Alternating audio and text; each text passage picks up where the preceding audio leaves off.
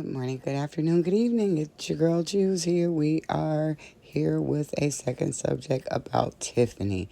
Now, in my video earlier today, we discussed her being served and all of that information. I will link that video in the description. However, for the purposes of this video, I want to talk about Henyard being the subject of an expanded federal investigation. Let's just take a second to understand what being a subject actually means. That means you're not currently accused of a crime.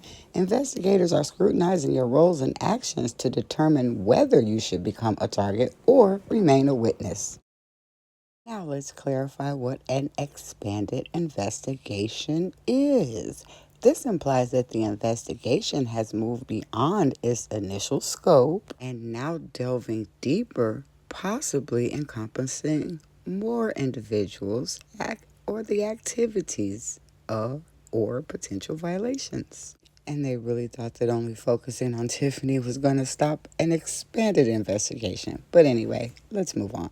We're going to reiterate that point. Subject, not target. Subject, not target. Now, while being a subject isn't as serious as being a target, that's the one who is believed to have committed a crime, and the investigation is actually aimed at proving the guilt, but it still carries potential risk now.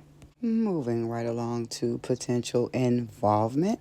As a subject, investigators are examining your potential role into the matter, trying to determine, and context is key, trying to determine if you have any information or if your actions may be relevant, even if you're not currently a prime suspect. Want to know what comes with being a suspect? Well, here you go. Increased scrutiny. You could expect scrutiny of your actions, communication, and records as investigators try to establish the extent of your involvement. That would be in something else bigger.